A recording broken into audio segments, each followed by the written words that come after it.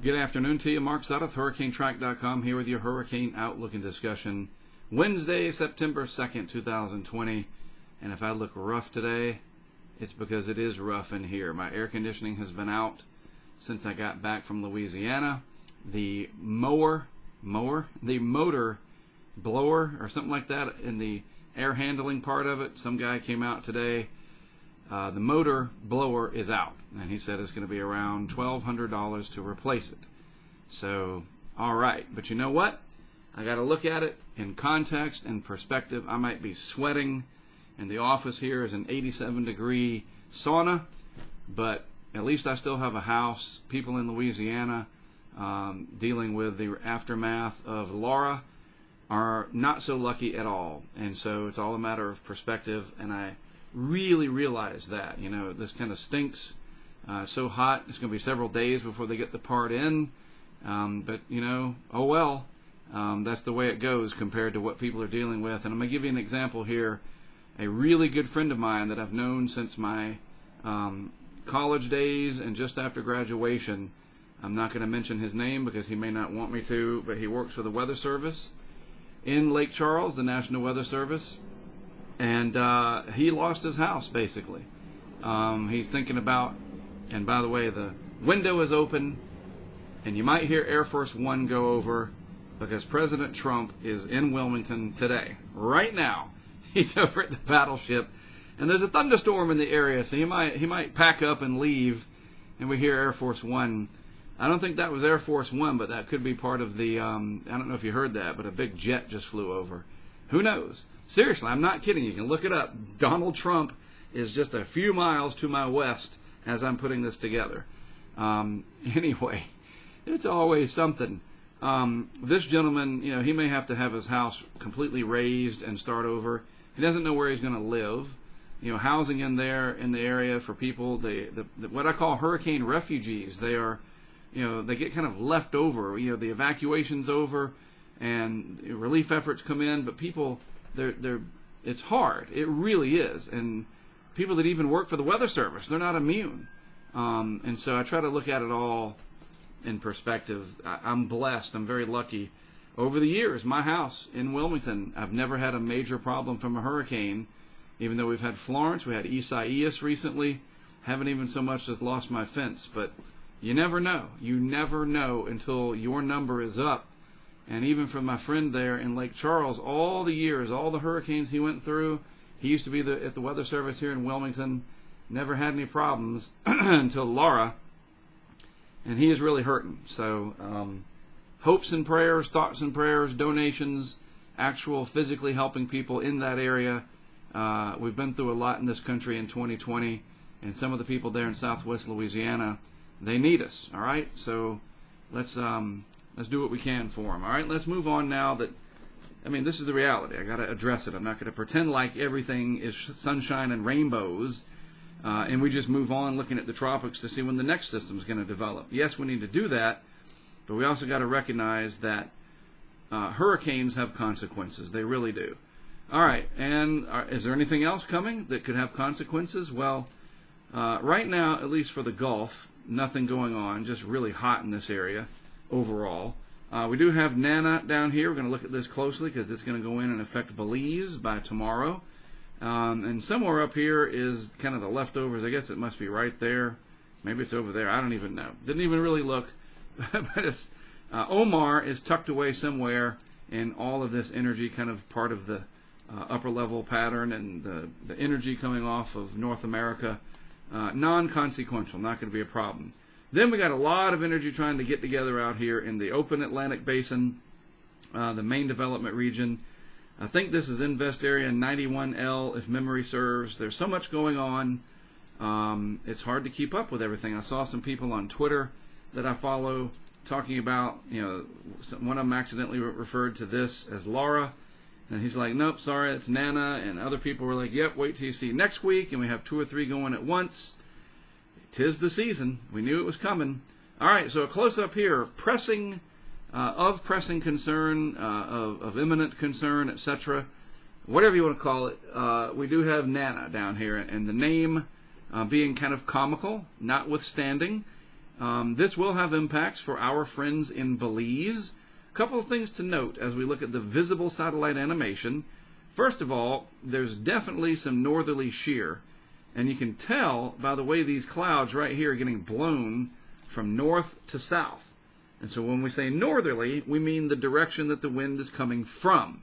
If you say it's a westerly wind, we mean the wind is coming from the west. It's blowing from the west towards the east or whatever. So northerly shear would imply that wind is coming across that system, over the top of it, if you will, out of the north, and it's displacing the convection there, the thunderstorms, south of the core, the very small core of Nana. All right? And as long as that happens, this tropical storm won't be able to intensify quickly.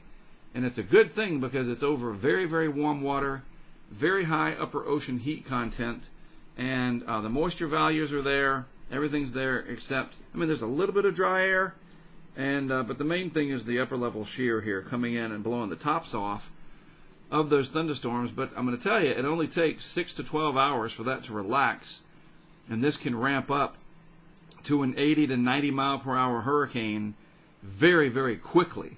So don't be surprised if that happens.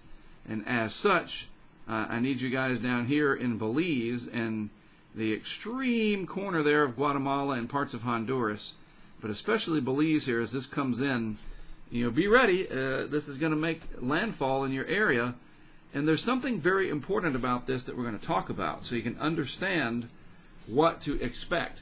One of the things that I really like to do is for people to understand the impact. Don't just look at it as a hurricane is coming, a tropical storm is coming. I want you to look at it as, what do I expect from this? And I know that sounds obvious. Well, Mark, of course people are going to want to know. But I'm talking about really understanding. Not necessarily 25, 30 years of understanding like I have. I've made a career out of this. But understanding enough that you could be the expert at Thanksgiving talking about tropical cyclones with your relatives and your friends that come over, right? Seriously, where you can be pretty smart about it and be like, hey, to look at this or to look at that, you need to go here, and you sound like you're really on top of it. More than just somebody that follows it casually. But, not an expert, but still, this is how you do it. You want to know, you go look for the clues. And this right here is a big clue in the discussion and outlook portion of the public advisory. And that's this sentence right here. Tropical storm force winds extend outward up to 75 miles from the center. Or 70 miles, sorry. So it's not that far. It's not a large system. And so if we look at the tracking map here on our server, on our site, this is what I call our super tracking map until we come up with a better, less gimmicky name. We can zoom in. Let's look at the street level map, and let's try to figure this out. So you see a hurricane like Laura that had a pretty large radius of maximum winds overall. Katrina did 90 to 105 miles. The hurricane force winds extended out. This system, and we can use our little measuring device right here, 70 miles. How wide is 70 miles? Well, let's go here and then draw a line right here. This is on our little super tracking map that we've got. There's 70 miles right there. That little line that I drew that's a solid line. That's the extent of the tropical storm force wind. All right? So that's not very far overall. And if you look down here, you say, well, what is 70 miles? There we go. What does 70 miles look like along the coast? Well, you can go down here on the northeast corner of Guatemala, and you go up here to Belize City. That's 96 miles, so further south, there's 70 right there, roughly, right? So it's not a large area. That's the bottom line. So roughly like that. So as this comes in, the area that could experience the wind is only a small area. And if it becomes a hurricane by chance overnight tonight and into tomorrow, I assure you the hurricane force wind area is going to be even smaller. So let's just pretend that the tropical storm area is about that large, if this becomes a hurricane, I bet that the hurricane area will only be about, I don't know, 10 to 15 miles at best. At worst, at best, whatever. I think it's best because that's a good thing. It's not going to have a large wind field.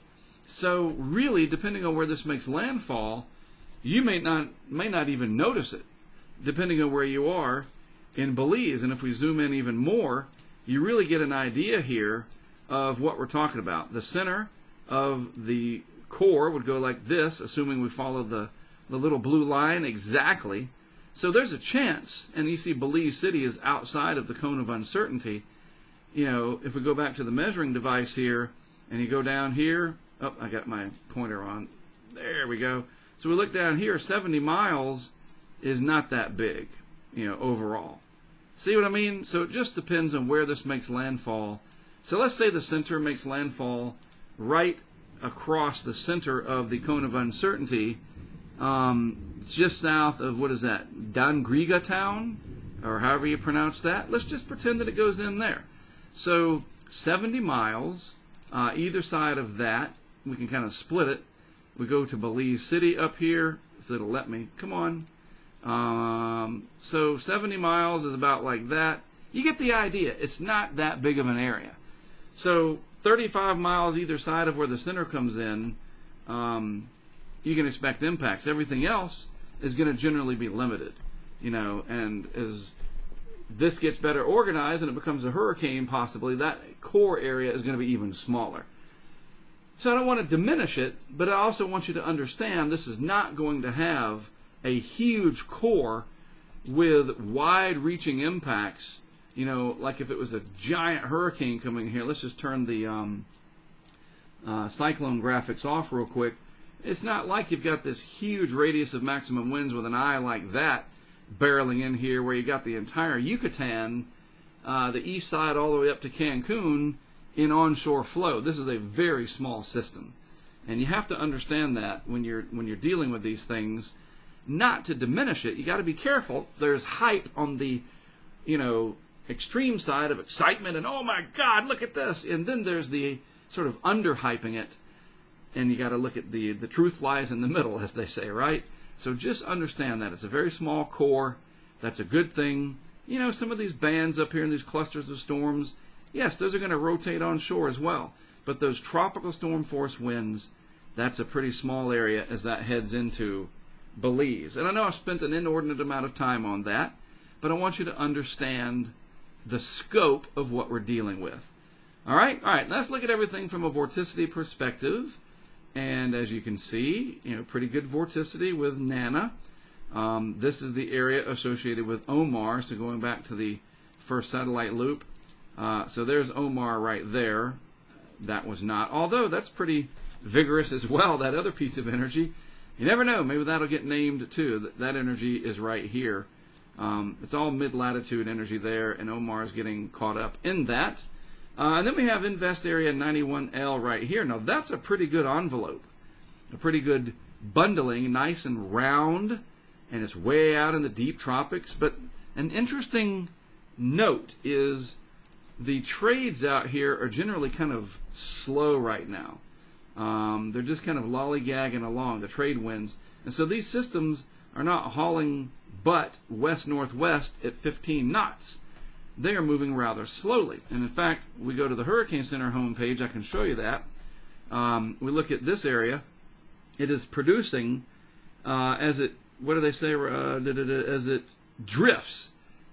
Drifts. When have we seen drifting out in the main development region? It's because the trades out here just aren't very strong. So these are not hauling rear end to the west. That's very unusual, showing that the big high out here is kind of weak, generally speaking. And that's going to keep the water temperatures nice and warm because you're not stirring them up. All kinds of interesting implications because of that. So there's 91L. We got another system coming off that's got a pretty high chance of development. And it looks like, generally speaking, all of this energy that we're looking at is going to eventually coalesce. And we're going to get one or two named storms out here. I'm almost sure of it.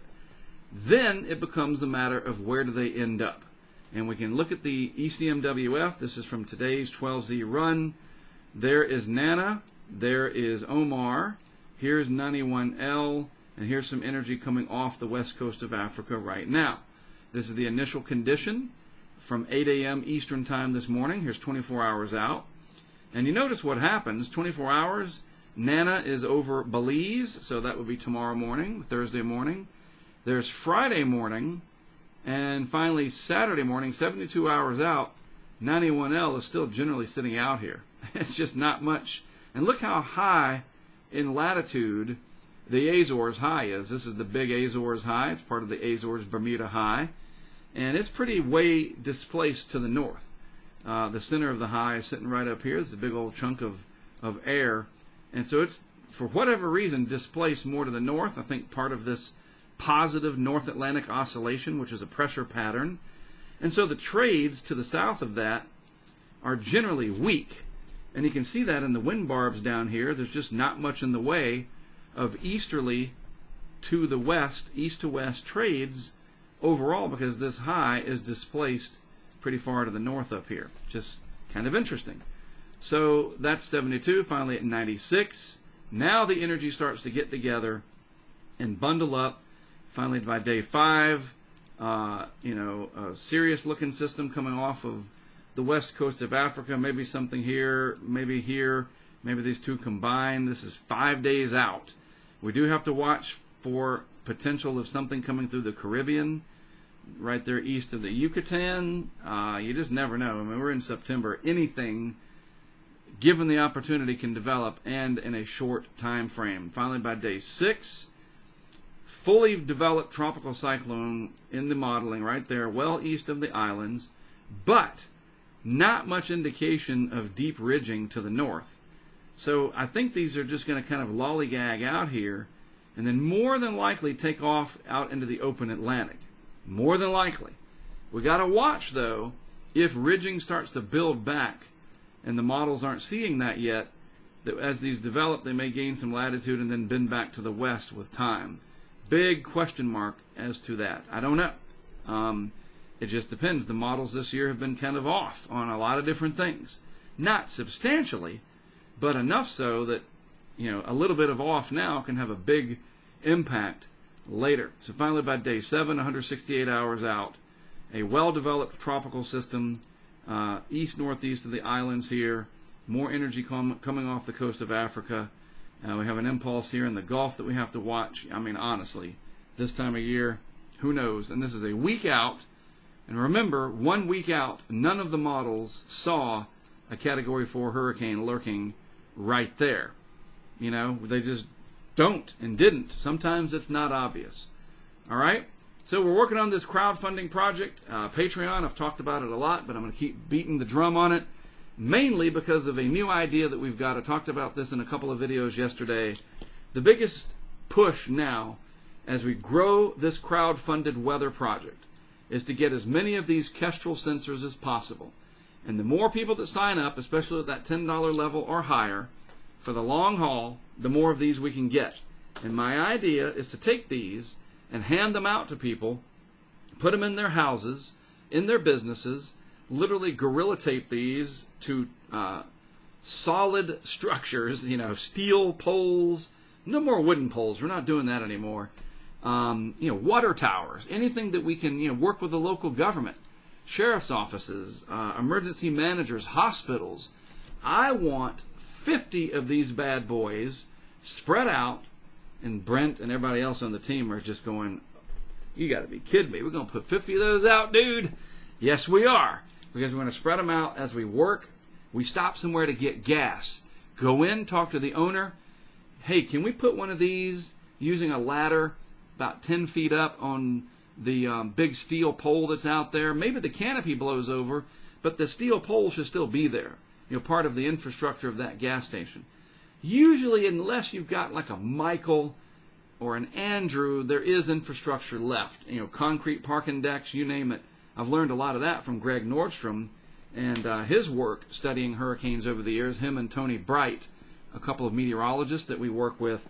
I want the data. We're learning a lot from Laura already by spreading out about 10 of these systems, gradually getting that data back. I want to crowdfund it and then we're going to crowdsource it. Our funding people, our patrons, they can have some of these. Absolutely. We'll work with them first. But I want a box of these where we literally go and hand out Ziploc bags with a Kestrel sensor, a little envelope to send them back to us whenever they get the chance, a little postcard with a QR code on it that the person would scan with their phone. It'll take them to a YouTube video, and my smiling face will be there. Hi, I'm Mark Sudduth. Welcome to the Hurricane Landfall Project. Seriously, show them how to do it, screen caps of the app from Kestrel, how they interface with this when it's over. They send us the data, and Merry Christmas, we have ourselves the single largest pressure study of a tropical cyclone, especially a major hurricane, in weather history. I spoke with Dr. Phil Klotzbach about this earlier today. He is excited about it. I knew he would be. We can do a lot with this. We can give the data away. I say we can. We will. The data will never be sold. We're not going to sell it to, and I mean, who's going to buy it anyway? I mean, I guess some people do, but my point is, the data is not proprietary. You know, I'm not going to market the data. I'm marketing the opportunity to be involved with an incredibly innovative project whereby we have remotely operated cameras to show us what's going on, and even that has implications, as I learned from an email from a PhD student at Louisiana State University, using artificial intelligence to understand how the water works. And I cannot wait to jump into this, pun intended. That was a good one, wasn't it? Right off the top of the head there. Jump into the water, you get it? Seriously, what we can do with this stuff using photogrammetry from the video and then the pressure data and the anemometers, those are harder. Wind data is much harder. This is easy, and we're going to do it with your help. So you go to patreon.com/HurricaneTrack. The link is in this video, and join the crowd-funded effort to study hurricanes, blizzards, bomb cyclones, Pacific Northwest events. Imagine what we can do on the Great Plains during a severe weather outbreak. Changing storm chasing as we know it from sort of a Wild West free-for-all to a concerted effort. Oh my goodness, we can take, and I'm not slamming the storm chasers, I'm just saying a different approach. And we can do that with your support. And we're getting there. It is growing, and I got to continue to grow it, and we can accomplish wonders, which we should be. It's frickin' 2020, for goodness sakes. Let's get on with it and really, really change how we look at the weather, how we understand it, understanding the impacts. That crowd-funded science. One of our patrons, Kari, over in the UK, makes these graphics for us, and that's exactly right. She's got it right. That's crowd-funded science. That's what we call it, and you can be a part of it. All right? All right, so that's why I pitch it. It's not for me to get rich. I'm not going to get rich doing this. I want to pay my bills, sure, but I want to be out there doing more, and not just during hurricane season.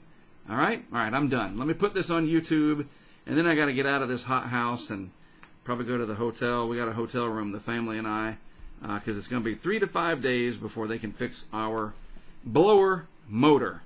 Lovely. Anyway, I already went over that. Stop complaining, Mark, and upload the video. You were probably saying. Have a good rest of your afternoon. As always, thanks for tuning in and listening and watching me. I appreciate it more than you will ever know. I am Mark Sudduth, HurricaneTrack.com. I'll be back with more for you tomorrow.